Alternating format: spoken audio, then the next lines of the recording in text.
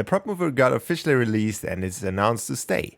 Today I will show you guys everything that you need to know about the prop mover, how to use it, which objects can be moved, and a few secrets along the way. So let's jump right into it. This is the prop mover, not to confuse with the prop manipulator, which look very similar but do different things. The prop mover, as the name suggests, moves a prop in a certain direction. One prop mover can only move one object at a time. You can see which object is being moved when the device lights up in green. The object that got selected also shows a grid pattern on themselves to indicate that they got linked to the prop mover. The device by default moves the item into the direction it's facing from game start, indicated by the arrows. If you want the device to move on a custom time or via a signal, you can change that under the option time from start or start when receiving from. It doesn't matter where you place the device on the object, the moving pattern will stay the same, which is great for moving multiple objects at a time, since you don't have to readjust the prop mover every time you want to adjust something. Here's a quick tip. A tile in Fortnite is 5 meters long, so you can use that very easily to adjust the movement of the device. The prop mover, to my surprise, links with almost every item in Fortnite Creative, including BR building pieces, most devices, terrain, and obviously props. A few things which the device cannot move are traps. However, the bouncer and the jump pad are exceptions. You can actually move those. My personal favorite when it comes to combinations are the capture arrow, because it allows you actually to create payload games, which one of my favorite games, Overwatch, always had. So it's really cool to see that something like this was finally possible in Fortnite. And the character device, and I don't think I have to explain much here, it just looks ridiculous.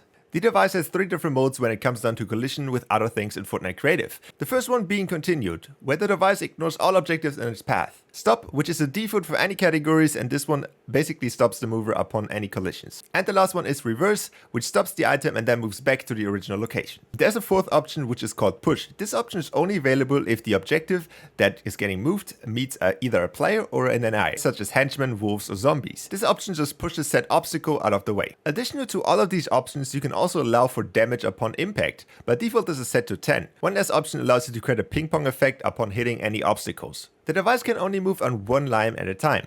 It can move from A to B with the start and receiving option. It can move from B to A and from A to C with the reverse option. One very interesting thing, the device cannot simply move back to the starting point by using the start when receiving option when you're on C.